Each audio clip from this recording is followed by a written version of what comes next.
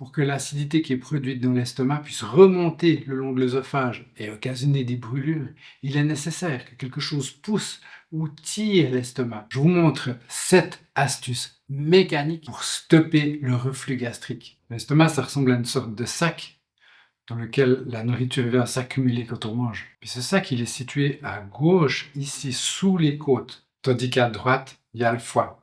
Ça veut dire que la densité, elle n'est pas la même à droite et à gauche. On entend d'ailleurs, comme ça, l'œsophage. C'est comme un tube attaché à ce sac par lequel les aliments transitent avant d'arriver dans cet endroit où ils vont être brassés, mélangés à l'acidité gastrique. Mais l'acidité gastrique, si elle vient de notre œsophage, ça va vraiment être mauvais pour nous parce que les cellules de notre œsophage, elles sont pas faites pour supporter l'acidité, tandis que les cellules de l'estomac, elles sont fabriquées pour. Donc on veut pas que l'acidité remonte parce que ça risque d'abîmer la muqueuse, ces cellules qui sont dans notre œsophage. Et puis normalement, il y a un petit clapet, une espèce de petit muscle comme ça qui serre le passage. Mais chez certaines personnes, même un grand pourcentage de la population, ce nœud, il n'est pas assez serré. Alors, du coup, la moindre pression mécanique, elle va faire que ça passe. Le clapet lui-même, quand il est un peu faible, ça suffira pas. L'œsophage, il est là. Et puis évidemment, si on tire ici, ben, ça va faire remonter le liquide.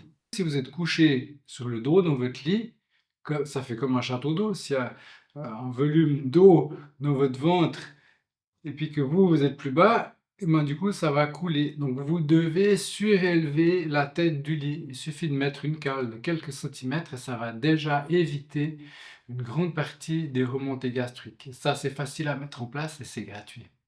Ça, c'est la première astuce. La deuxième astuce, elle est posturale.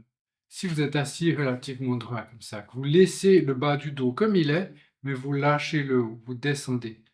Mais cette descente, elle va relâcher une partie du stress mécanique que vous faites subir à votre estomac.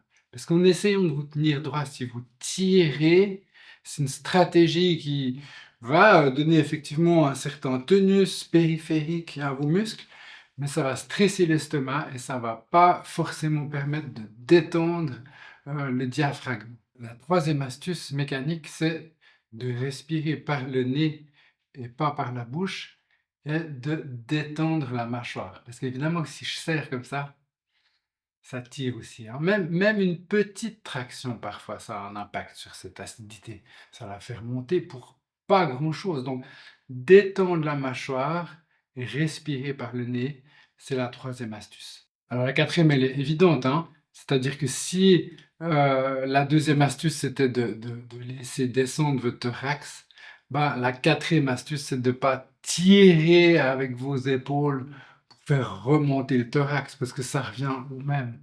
Ne tirez pas sur vos épaules pour remonter.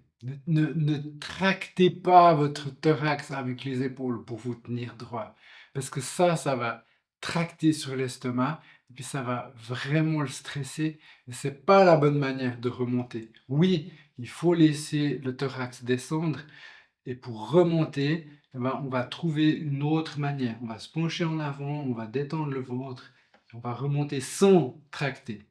Il y a des exercices, si vous avez de la difficulté à faire ça.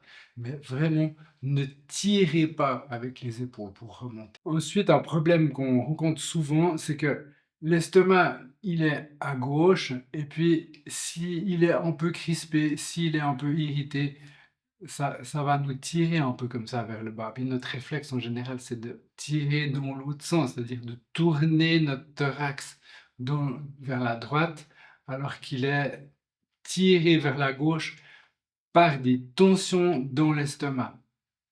Alors à ce moment-là, plutôt que de tirer pour tourner, je vais essayer de tolérer cette rotation, de me laisser tourner un peu, autoriser mon estomac à être un peu tendu et à être en demande d'attention. Donc, je lui donne mécaniquement un relâchement, hein. C'est comme si vous avez des fibres qui sont tendues comme ça. Si vous tirez encore plus fort, ben, ça va juste encore augmenter la tension mécanique. Mais si vous tournez, vous relâchez pour relâcher ces fibres et vous permettez à l'estomac de se relaxer, à la pression de se régulariser entre le thorax et l'estomac. C'est vraiment une question d'équilibre des pressions, tout simplement.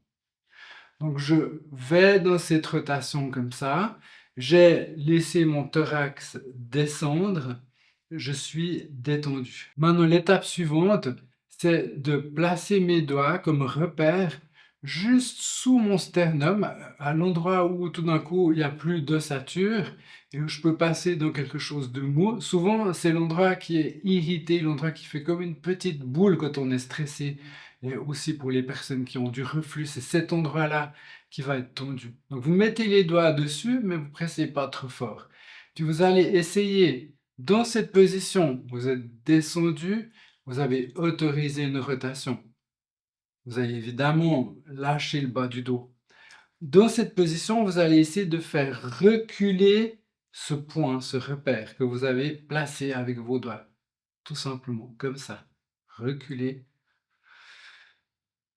Et déjà, quelque chose se détend parce que vous permettez aux fibres de votre estomac de se rassembler encore plus.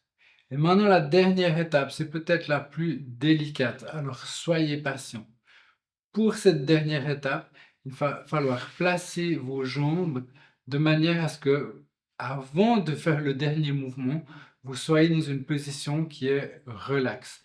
Vous n'êtes pas en train de compenser avec les jambes ou avec le ventre pour cette posture qui est peut-être un peu inhabituelle. Alors, par exemple, pour moi, là maintenant, aujourd'hui, je dois mettre mon pied droit un peu plus en avant et mon pied gauche un peu plus en arrière et ça me permet de me relaxer dans cette position où j'ai lâché, j'ai autorisé la rotation et j'ai reculé.